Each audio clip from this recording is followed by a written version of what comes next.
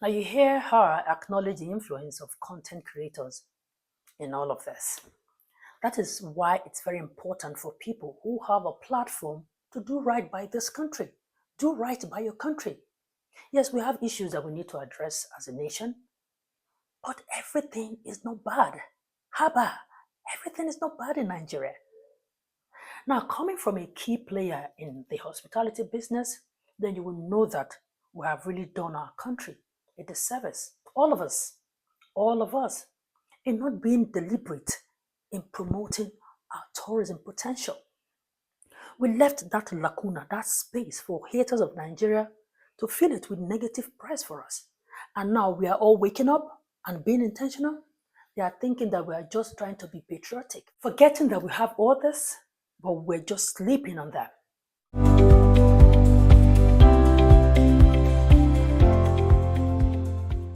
You see, when you are from a country where they have so exaggerated how unsafe it is to live, there or here, as the case may be, because of incidences that happens mainly in a particular region of the country. And even in that region, it's even like some local governments, some little places that it happens, aside the, pockets of, incidences that happens around the country, which happens in other countries. People have so exaggerated. And somehow this has been made such a big deal as if no life exists in this country. Or immediately you step out of the plane, you'll be kidnapped or you'll be attacked.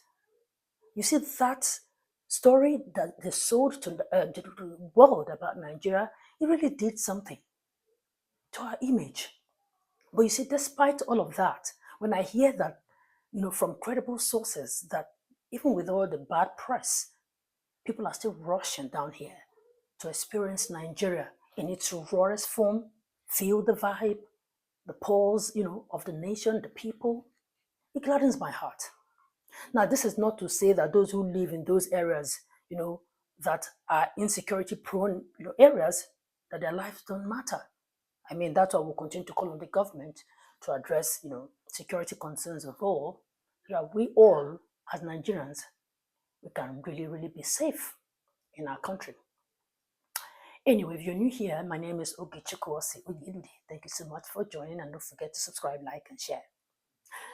Now let's watch this video of, a hospitality expert, Mrs. Rita Opia, who was on Channels Television. When we come back, as usual, we'll talk. And I'm happy that what is going on, because the pros and cons, I'm looking at the cons, Now, the number one thing is, everybody knows when you get visa, you get tourist visa. Hardly you get business visa. What are they going to do? They're going for tourism in another country. So they are feeding the GDP of the country.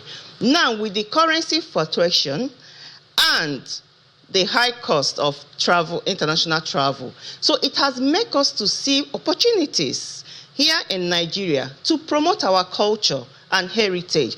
And I give it to the social media content creators. They have also done a very good job. They have really, really projected Nigeria. As a matter of fact, you could see in my own property, you could pop in into a guest in the morning for breakfast, and you see that this is a brand new client. He doesn't know about Nigeria, but he wants to come visit destinations. He wants to come explore Nigeria. So it helps us. So it also helps us for people to look inward, because they are promoting destinations, and people, families, friends, groups, reunioning, they want to go there as well, to visit those destinations. So they are projecting not very well, and I'm really happy what they are doing. One thing that I can boldly say for a fact is that the effort in promoting tourism in Nigeria is on the right track and is yielding results, positive one at that. The intentionality a lot of people are putting into it is working. And tourism, money is money that stays in the system. It goes nowhere. So that is why people should be intentional in making sure they get it. Now, another good side about tourism growth is that people are investing hugely in it. And I'm almost sure that those people will continue to add pressure on the government to continue to make security a top priority because their investment is in it. And that's what this lady said. Security concern is virtually everywhere. If you're even traveling out for a tourist destination, I mean, you can't really say what you can see there. But the only thing that you have to put the security measures in place. And that is also what Nigeria, or rather the hospitality and tourism sector, that is also what they are focusing on, and they are big on that. Because if you don't give security to the client, you can't give them any confidence to come. So they are really putting that in place, and it's working. Right. Now, I'm not going to sit down here and downplay security concerns. No, there's need for more attention to be paid in that sector so that everyone can be safe, everyone can do business, people can thrive. Now, a lot of people, especially our distant West African neighbors, come here, to my channel to bash me. Why are you promoting tourism in Nigeria? Nigeria is so unsafe. There are kidnappers. There's unemployment. Anything that looks like it's promoting Nigeria gives a lot of them, some of them BP.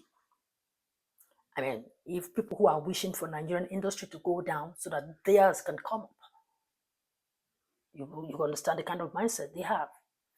Well, in case you missed that video, you can see the link in my description box.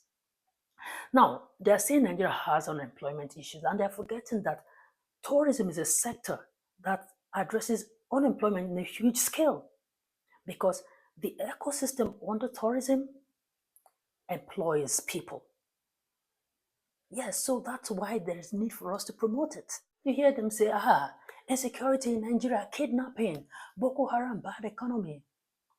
That the fact that they don't know that their economy is doing badly for them living in their country is what I will never understand.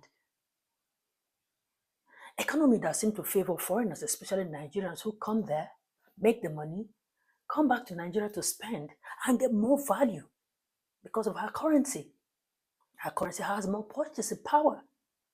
Now, one of their own better puts it, but it was an attempt to shade Nigeria, but instead shot himself in the foot. Can you give me 100,000 cities? I can shoot just one film in Ghana, but I can shoot like 4 in Nigeria with big stars. So you see, the dynamics are not the same. How can the amount in your currency that you can only use to shoot only one movie, that same amount you use it to shoot 4 movies in Nigeria, and in your mind, you think your economy is better than that economy? Don't you see the very high inflation in your economy?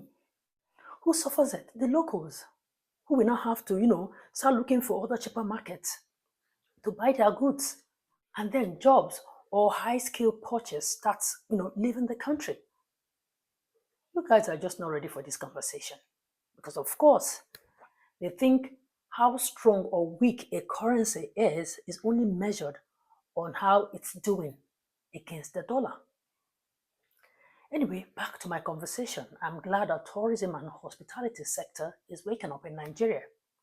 Now you hear her acknowledge the influence of content creators in all of this. That is why it's very important for people who have a platform to do right by this country. Do right by your country. Yes, we have issues that we need to address as a nation, but everything is not bad. Haba, everything is not bad in Nigeria. To tell you about spots in Nigeria that you've not, visited before, and they make it look so good. And I'm wondering, is it really that good? To be honest with you, it is. Because the team bonding I had last year is through social media. I pop into social media, and I had the destination that we're actually projecting. So I sent my team to go there. We went there, and we found it. And it was really pretty. It was nice. And that is where we've been using for team bonding. As a matter of fact, next year, we went there last year, we went there this year, and by God's grace, next year we're going to go there. So, but the only thing is just for us to be more intentional and put a bit of professionalism. What we project is what we see. That's only what the advice I can give you. Now, coming from a key player in the hospitality business, then you will know that we have really done our country a disservice, all of us, in not being deliberate in promoting our tourism potential. We left that lacuna, that space for haters of Nigeria to fill it with negative press for us. And now we are all waking up and being intentional. They are thinking that we are just trying to be patriotic, forgetting that we have all this, but we're just sleeping on them. They just don't like hearing Nigerians talk good about Nigerians. Of course, they are used to Nigerians, especially the Efulefus living in their country, trash talk Nigeria. You see, they should be worried about what they are not doing right that is attracting the worst Nigerians to their countries. I mean, maybe like minds attract. I don't know. Anyway, let's be focused. We have a dated December to plan. Listen to her. Now you can see that as we are going towards the end of the year, we are looking forward for dirty December. As a matter of fact, it's going to be dirtier. Oh, it's going to be dirtier, man. Because last year I was going through the hospitality, through the hotel intelligence, and it was projected that, as a matter of fact, dirty December boosted significantly the Nigerian hospitality sector, and we are hoping it's going to happen this year even more. Are we seeing bookings ahead? Like guaranteed. For my hotel, Parking by Radisson VI, guaranteed. I mean it. Guaranteed booking. You can imagine that we realize with the analysis 54 billion naira. In USD, about 37 million USD. I mean, it's a lot. It's a huge contribution to the Nigerian economy. I mean, I can see some countries that depend on the tourism sector and they are thriving. So, yeah, I can't wait, because our brothers and sisters, we are very good in family values. Right. So in diaspora, I mean, they have created enough awareness. Right. She says this dirty December will be dirtier, and we are so ready for that. But are you seeing, other African countries actually, ramping up tourism at this point? Who do you think we should be learning from when it comes to, most of the countries doing well now with tourism? I think Kenya and Tanzania. They are I follow their trend, and more especially Kenya. Kenya is very, very intentional about their tourism sector. They are feeding it. They are feeding it as much as they could to attract investors, to attract other tourists to come in. Right. So they are feeding it. I'm following their Kenya. trend. Yeah. You see, last is Kenya and our in-law Tanzania that will go and learn proper tourism from, not our cho neighbors. Yeah.